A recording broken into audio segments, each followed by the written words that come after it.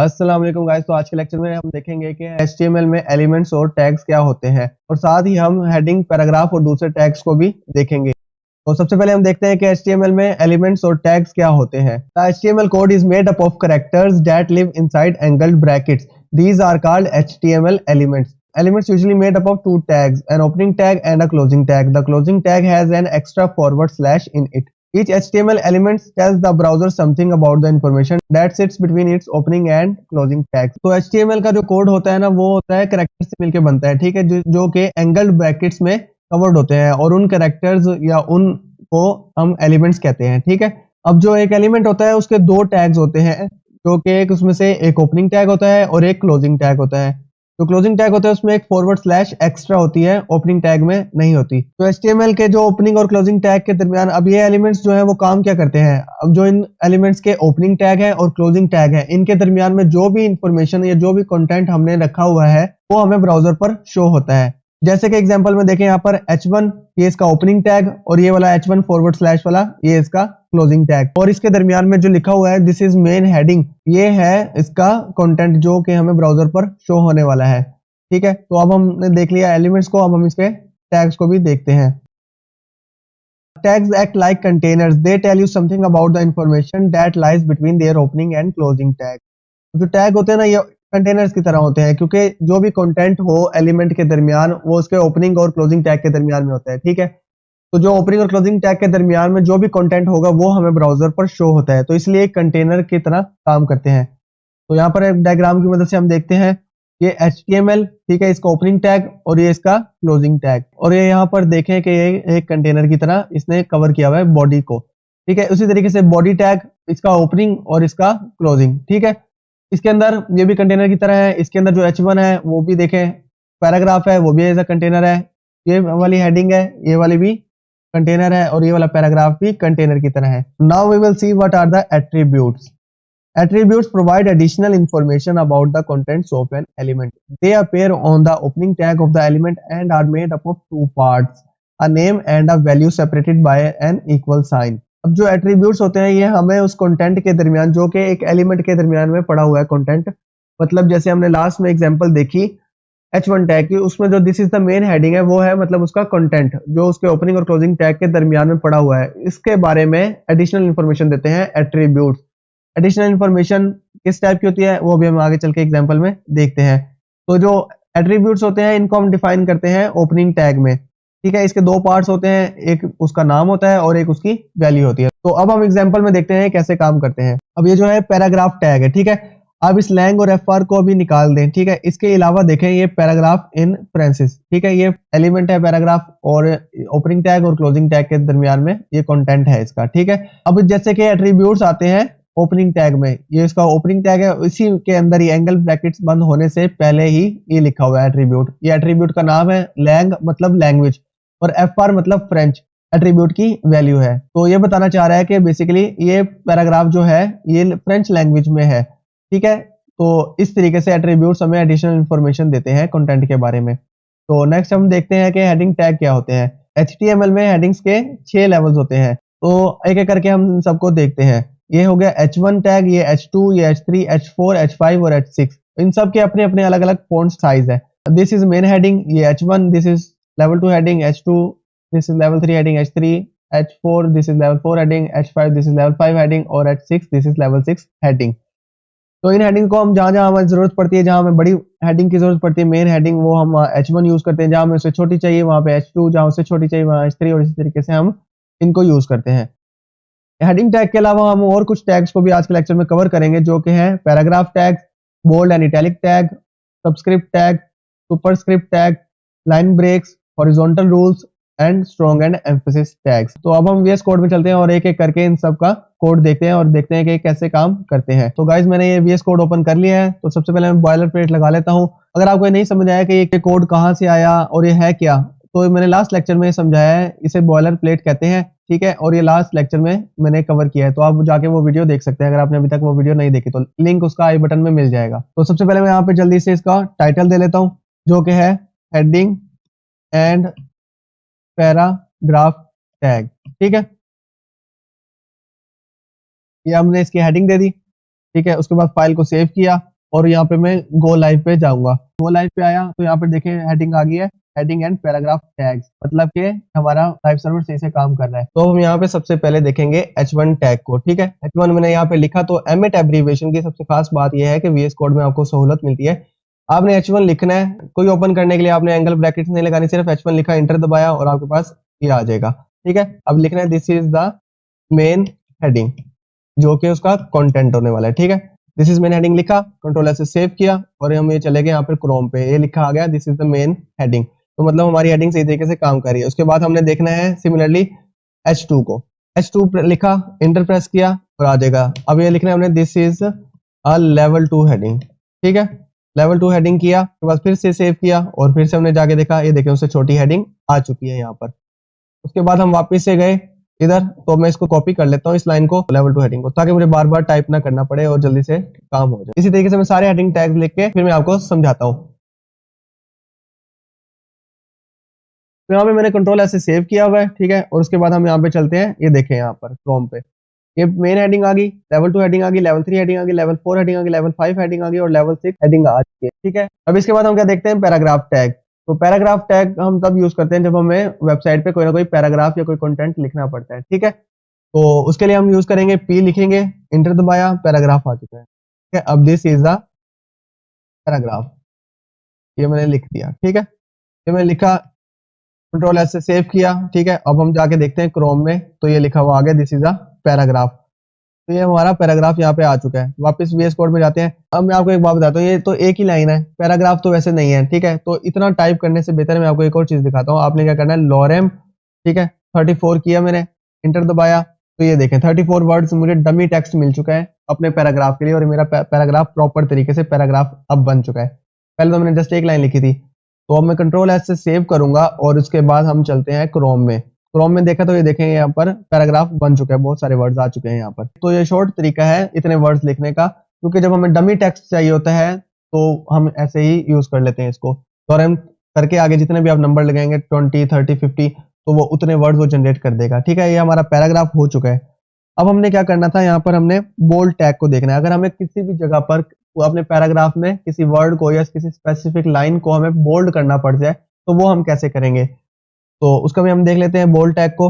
पहले हमने पैराग्राफ बनाना है। ठीक है, दिस इज द पैराग्राफ। ठीक है, ये मैंने किया। ठीक है, फिर पैराग्राफ को मैं बोल्ड करना चाहता हूँ यहाँ से, तो इसको मैं यहाँ से उठा लूंगा। ठीक है, अब मैं यहाँ पे जस्ट बी लिखूंगा और इंटर दबाया और ये कंट्रोल वी से पेस्ट कर दिया और कंट्रोल एस से सेव किया। फिर इसके बाद सीधा हमने यहाँ पर आके देख लिया, तो ये देखें यहाँ पर बोल्ड बन चुके हैं, ये पैराग्राफ बोल्ड है इस वक्त। ठीक है, तो इस तरीके से हम अपने भी किसी भी वर्ड को या लाइन को बोल्ड कर सकते हैं। इसी तरीके से अब हमने क्या करना है, इटैलिक करना है। तो मैं सेम लाइन कॉपी करूंगा, कंट्रोल सी से कॉपी की, इधर कर दी मैंने पेस्ट। ठीक है, अब बस मैंने क्या करना है, यहाँ पर बी की जगह जस्ट आई लिख देना है। इसी तरीके से ये आई लिख दिया। ठीक है, और ये कंट्रोल ऐसे सेव किया और क्रोम पे जाके हम देखते हैं यहाँ पे पैराग्राफ आ चुका है इटैलिक्स में। ठीक है, अब हमने इसके बाद देखा था सबस्क्रिप्ट टैग। ठीक है, अब सबस्क्रिप्ट टैग कब यूज होता है, सबस्क्रिप्ट तब यूज होता है जैसे हम फॉर एग्जांपल कभी लिखते हैं CO2, केमिस्ट्री में हम लिखते हैं ना CO2 कार्बन डाइऑक्साइड, या फिर ऑक्सीजन का O2, वो जो 2 होता है ना वो नीचे करके आता है। ठीक है, लेकिन अगर मैं यहाँ पे आपको करके दिखाऊं, पैराग्राफ दिस इज CO2।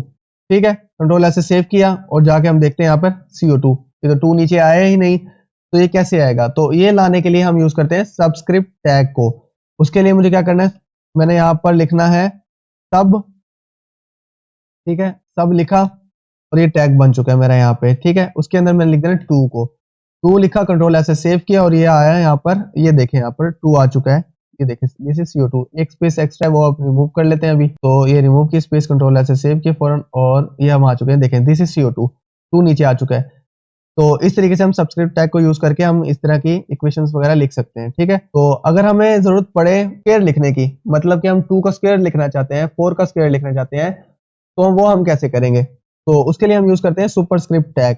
ठीक है, पैराग्राफ किया तो मैं यहाँ पे करता हूँ टुडे इज 25th Feb। ठीक है, अब मैंने ये कर दिया, कंट्रोल ऐसे सेव किया। तो अमूमन तो ये TH को ऊपर जाना चाहिए 5 के पास, लेकिन ये बिल्कुल इसके इक्वल में आ चुका है।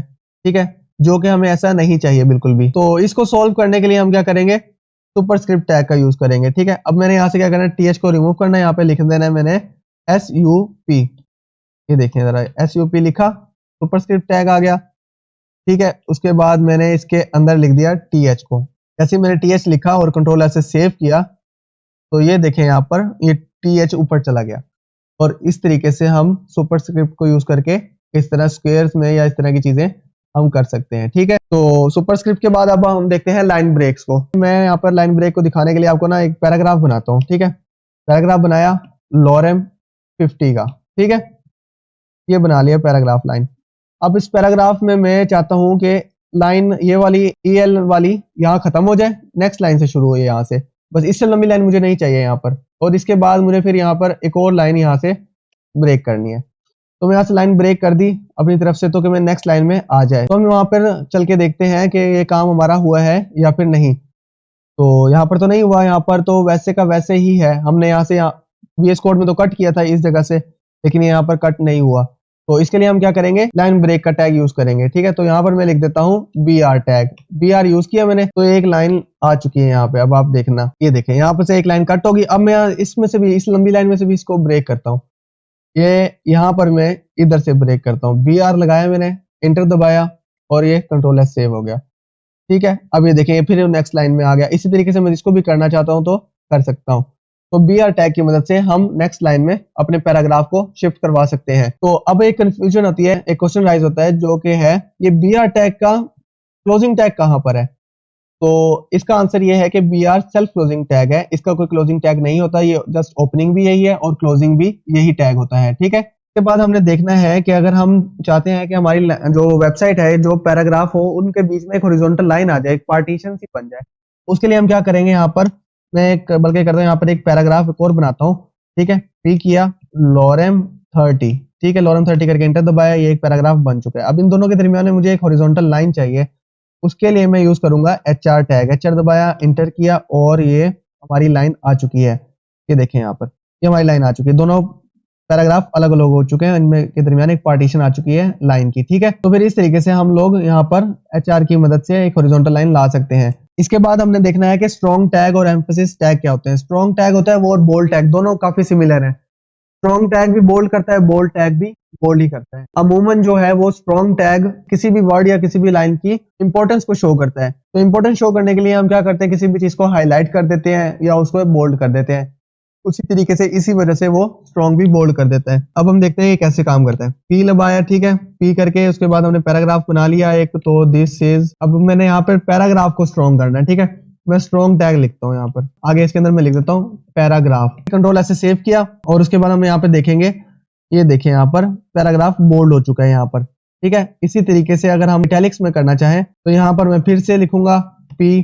ठीक है, लिखूंगा दिस इज अ, आगे EM टैग में EM किया, आगे पैराग्राफ इसके अंदर लिखूंगा मैं, ये पैराग्राफ लिख दिया, कंट्रोल ऐसे सेव किया और ये देखें यहाँ पर इटैलिक कर दिया इसने। ठीक है, तो बोल्ड और इटैलिक का ये तरीका भी है और बोल्ड और इटैलिक करने का ये तरीका भी है। तो ये थे आज के टैग्स हमारे, जो हमने आज के लेक्चर में कवर करने थे। तो जल्दी से मैं एक क्विक ओवरव्यू दे देता हूँ आपको लेक्चर का। ठीक है, कि हमने इसमें क्या क्या किया आज। तो हमने टाइटल दिया हेडिंग एंड पैराग्राफ टैग्स, जिसमें हमने हेडिंग और पैराग्राफ टैग्स को स्टडी किया आज के लेक्चर में। ठीक है, तो सबसे पहले हमने देखा कि H1 टैग जो है वो सबसे मेन हेडिंग है, उसके बाद H2 हेडिंग है, फिर उसके बाद H3 हेडिंग है, फिर उसके बाद H4 है, फिर उसके बाद H5 है और H6 है। तो ये अपनी जब इनको जरूरत पड़े हमें, जैसे जैसे जिस हिसाब से जो हेडिंग हमें देनी पड़े तो हम उसको तब हम यूज करते हैं इनको। ठीक है, फिर उसके बाद हमने देखा पैराग्राफ टैग क्या होता है। पैराग्राफ हमने बनाया P टैग, मतलब P टैग से हम पैराग्राफ लिखते हैं। ठीक है, ये इसका ओपनिंग टैग, ये इसका क्लोजिंग टैग। तो यहाँ पर हमने एक और चीज देखी थी कि लॉरम 34 या लॉरम 20, लॉरम 50, तो ये क्या है, ये एक डमी टेक्स्ट है। ठीक है, जाहिर सी बात है हम यहाँ पे प्रैक्टिस करें तो मैं इतना सारा क्या लिखूंगा पैराग्राफ, इससे बेहतर है कि मैंने यहाँ पे लॉरम 34 कर दिया कि वो 34 हमें ऑटो जनरेट वर्ड कर दे। ठीक है, वो सारा डमी टेक्स्ट होगा और हमारा पैराग्राफ एक बन जाएगा। फिर उसके बाद हमने देखा बोल्ड टैग क्या है। बोल्ड टैग हम यूज करते हैं किसी भी चीज को बोल्ड करने के लिए। यहाँ पे हमने पैराग्राफ को बोल्ड किया। फिर हमने इटैलिक टैग देखा, इसे हमने इटैलिक किया। फिर उसके बाद हमने सबस्क्रिप्ट टैग देखा कि हमने अगर किसी को जैसे CO2 में 2 नीचे लाना है और O2 में 2 नीचे लाना है, तो इसलिए हमने सबस्क्रिप्ट टैग यूज किया। उसी तरीके से सुपरस्क्रिप्ट टैग हमने स्क्वायर में करते थे, हमने करना चाहे 2 का स्क्वायर, 4 का स्क्वायर, 8 का स्क्वायर, 10 का स्क्वायर, तो 10 की पावर 2 को जो ऊपर लेके जाना होता है वो हम सुपरस्क्रिप्ट टैग से करते हैं, ठीक है। फिर उसके बाद हमने देखा लाइन ब्रेक टैग कि हम एक लाइन में पैराग्राफ को वैसे HTML में वैसे तोड़े तो हम नहीं अलग कर सकते, तो वो करने के लिए हमें क्या चाहिए, हम BR टैग का यूज करते हैं। हम लाइन ब्रेक टैग करते हैं, लाइन वहीं पे ब्रेक हो जाती है, नेक्स्ट लाइन से फिर आगे का पैराग्राफ स्टार्ट होता है। वरना अगर जितना मर्जी हम तोड़ लें यहाँ पर, लेकिन हमें वहां पर फिर भी एक साथ ही सारा पैराग्राफ शो होगा, तो इसलिए हम BR टैग यूज करते हैं। उसके बाद हमने देखा कि दो पैराग्राफ है, उनके दरमियान हमने हॉरिजॉन्टल लाइन कैसे लगानी है, तो वो HR टैग हमने यहाँ पर यूज। फिर उसके बाद हमने देखा कि बोल्ड और इटैलिक करने का एक और तरीका भी है, जो कि है स्ट्रॉन्ग टैग और एम्फेसिस टैग। मतलब स्ट्रॉन्ग टैग से हम बोल्ड करेंगे, एम्फेसिस टैग से हम इटैलिक। आप ये तरीका भी कर सकते हैं और ये तरीका भी कर सकते हैं। तो ये दो तरीके थे हमें बोल्ड और इटैलिक करने के। ये था आज का लेक्चर। अगर आपको कोई भी कंफ्यूजन है तो आप कमेंट सेक्शन में पूछ सकते हैं। उम्मीद है कि आपको ये वीडियो पसंद आई होगी। अगर आपको ये वीडियो अच्छी लगी तो इसे लाइक करें और दोस्तों के साथ शेयर जरूर करें। और अगर आप चैनल पर नए हैं तो चैनल को सब्सक्राइब करें और साथ वाले बेल आइकन को प्रेस करना ना भूलिएगा, ताकि आने वाली वीडियोस की नोटिफिकेशन सबसे पहले आपके पास है। तो मिलते हैं नेक्स्ट लेक्चर में, तब तक के लिए अल्लाह हाफिज।